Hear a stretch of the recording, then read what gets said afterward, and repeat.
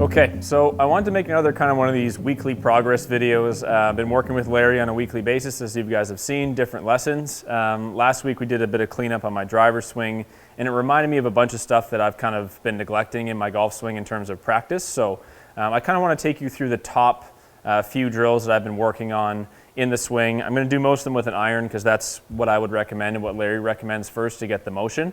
And then let them bleed into the driver, let them do some practice with the driver later, but mostly going to focus on doing it with the iron. So I'm going to take you through those drills kind of one by one, give you kind of a brief demonstration of each one, and then explain how it's affecting my swing and how it's helping my swing.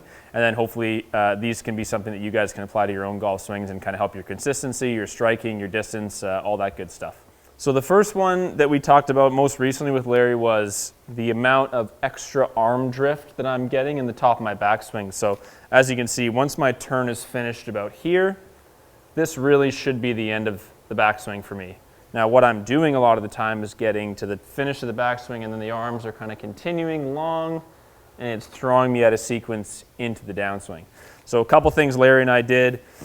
We did some medicine ball work, so this is obviously not a medicine ball, but you can use your imagination to try to feel the backswing feeling quite short and compact, and then it be all legs kind of driven into a follow through. So what that helps you do is not get, with a medicine ball that weighs 10 pounds at least, you wouldn't get super long because obviously quite heavy and hard to lift up to that point. You would feel it a bit shorter and then use the lower body and rotation to drive your follow through. So when you get into the actual golf swing, you want to feel a similar feeling as we just had with the ball in our hands, feeling it a little bit, for me and mentally, I'm going to feel like the swing only gets to about here. I'm sure you guys will see it get quite a bit higher, but I'm going to feel it nice and short and then drive into the follow through with the lower body, imagining I'm still holding that ball.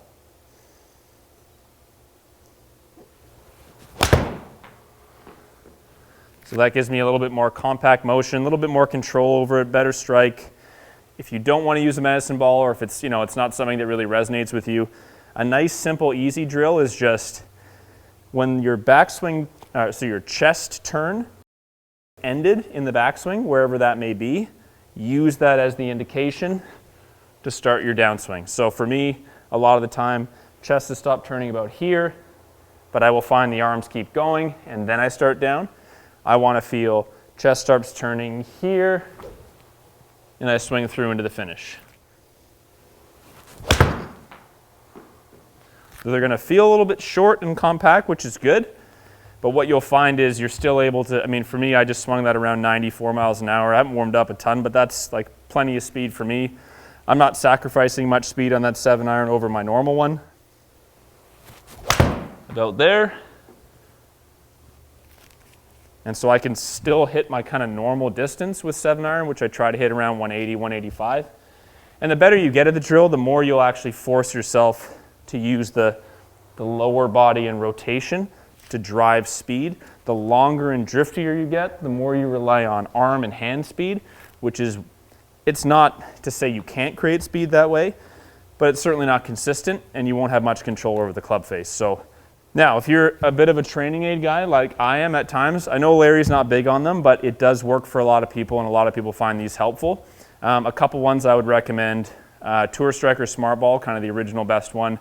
Lanyard, inflatable ball, goes between your forearms. You guys have seen me do videos with it before. There's also this from Watson Golf, kind of looks more like a football, but it's kind of contoured for your forearms. So you set that in there, kind of in the mid to upper forearms, take your grip as normal. And so what you'll feel is two things. One thing that's good is it keeps the forearms a little bit closer together in the backswing, which you can see here, which is really nice for arm structure. If you're the type of person like me that occasionally gets this type of relationship where the rear elbow gets a little bit kind of high and out, this is a really good tool for keeping that a little bit more kind of, not just compact, but also structured and close to the lead elbow. You can see how much better of a backswing that looks like there. You can still get the depth you need in the backswing, and you can still get the width you want in the backswing with this tool, but it keeps it a little bit more, everything in sync, which is nice. So with this tool related to what I'm just talking about, you really can't get long with this either. The longer I get, you can see it becomes very difficult for me to keep that between my arms. If I get long, it'll fall out. So even using this as a simple drill, it's not the only thing you can use this drill or this tool for, but it's very helpful in keeping the backswing length under control and helping you use the lower body to initiate the downswing.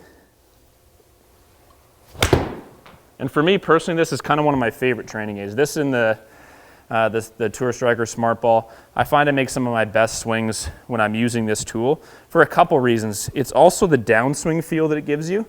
I find by keeping the ball within my forearms in the downswing, I really rotate a lot better. I feel like I delay the motion of the arms a lot better, and I get a lot more open at impact. Because really with the ball between your forearms, if you get this type of motion where your arms outrace, you can see how I've generated space between my forearms here, ball is going to fall out. If you keep that ball in the forearms, you can see how in order to square the face and rotate towards the shot, my body needs to do the work to keep those forearms close. I can't get away with this type of motion with the ball in there, and that's what forces you to turn through nicely. So, and to me, I end up with quite a nice feeling golf swing. Obviously, it keeps the backswing compact. You're not going to get your usual distance with this particular tool, but it's not meant for that. Even if you do half swings, that's a really, really helpful drill. Okay, second one I want to talk to you guys about is one that I have already mentioned. You will have seen me do this drill with several of the coaches and team at Urban Golf Performance, UGP in California. It came a lot from my personal fitness assessment that I have a bit of a physical issue with my right leg, which I broke as a kid. And it really is a lot of drills to do with allowing yourself to trust and get to that lead side. So you can go back and look at those videos. I recommend that, kind of why we got to this conclusion, but it's very common. You don't have to have injured your lead leg to have the tendency to not want to get to it, to kind of hang back. It can have to do with balance. It can have to do with just bad habits. But some really, really simple stuff that we worked on that I've been doing literally for weeks since I got home. When I'm warming up, you guys saw me even doing it when I was doing my, my 9 holes between shots. Super, super simple drill that Leo showed me. Backswing, through swing, doesn't have to be at full speed. Pick up that rear leg, hold it for 3 seconds, start again. And you guys will remember the first few times I did this, I mean, I was having a hard time even doing what I just did. It would take me 10 tries to keep my balance. I was kind of hopeless to begin with, but I think my balance has improved quite a bit to where most of the time I can do a decent job with this, starting to trust the front leg a bit more. And it's important. So it's not to say that weight shifts should look, like this and we want to finish on that front leg. That's not what I'm talking about. But as you rotate, there is pressure that moves to the lead side in balance, and you never want to feel like the pressure stays too far back or you're introducing all kinds of path and club face, consistency issues that you don't want to have. So let me show you a quick one of how that's progressed for me. So you can even hit shots like this. I've been doing that as well. So in my mind, I'll do a practice swing thinking about, okay, I need to make sure I can balance on the lead side. And I'll go in and hit a shot right afterwards. And I'll actually just, for example's sake, pick the leg up at the end of the swing. And to be honest, that's probably the best strike I've had since I got in here this morning. So keeps my angle of attack from getting too shallow, helps my strike, helps my ball speed, helps my swing speed, helps everything. It's one of the best drills I think I've ever had. And so the reason it is even more important is that if you have the tendency to hang back and you have trouble getting to this lead side, it's tough for you to do a ton of other drills that are quite valuable. So I'll give you an example. So I make this swing thinking about posting up on my lead side. That's quite a good feeling swing. I really feel like I can just lift this leg up and watch the shot land. Again, like ball flight wise, those are some of the nicer looking ones that I've had. After I've done a few of those drills where I feel like I can get, onto the lead side and hold the balance, I'm going to try a couple now where I feel from the top of the backswing, my right shoulder is going to travel more behind me and low, which is going to open my chest up, open my lower body up, and allow the club to come into the ball at a little bit more neutral angle, not so into out and extreme, which requires me to hit a big draw. I call that a decent first attempt. I do find I can get balance onto my front side. If I look at my path, I actually am quite happy with that. So that's 0.6 into out, where I was kind of 4 or 5 into out without the drill. Now, a ton of people have asked me, do you need to be 0 degrees path? Are you trying to be 0 degrees path? No. But if you want to get from 6 or 7 to 2 or 3, you're you're going to have to exaggerate the other direction quite severely to bring yourself back to the middle. So when I go to the golf course, I don't need to see it at 0, nor do I want to, unless I'm trying to play a specific shot. But it's good to be able to get there in practice, because once you get on the golf course, you add pressure, you add sort of, you're not thinking about the swing as much. I might see that come back to 2 or 3, which is perfect. It felt like a pretty good attempt. Again, balance is not bad. I actually see the ball fading a bit, which I don't mind. And that's decent progress to me. So that's just 1.6 degrees into out, which again is so much more neutral than I was before. One, I'm getting a little bit more open, you can see with those swings, which is great. I want to use the body to square the face, not the hands. And I'll finish with that last drill that I had in mind, which will help, I think, anyone, no matter what your path is the feeling of at the top of the swing versus, a lot of people, including myself, the downswing starts a little bit with the hands get very low. For some people, they will then early extend to compensate for it. Someone like me, I tend to sort of hang back and compensate for it this way. No matter which way you do it, it's not good, obviously, right? So the last drill I'll mention to you is, a nice drill is to feel that at the top of your swing, you almost want to physically imagine like your hands stay here, right in this kind of area that they are, while your body, lower body and upper body, turn through to the target, and your arms will feel like they're a mile behind you. They'll feel like they're hitting the ball way late in this way. And that's actually a really nice feeling strike there. Still felt like I got through to my forward side quite nicely. And the result is good because the path is still pretty neutral. So, 3.4 into out, I'm happy with that.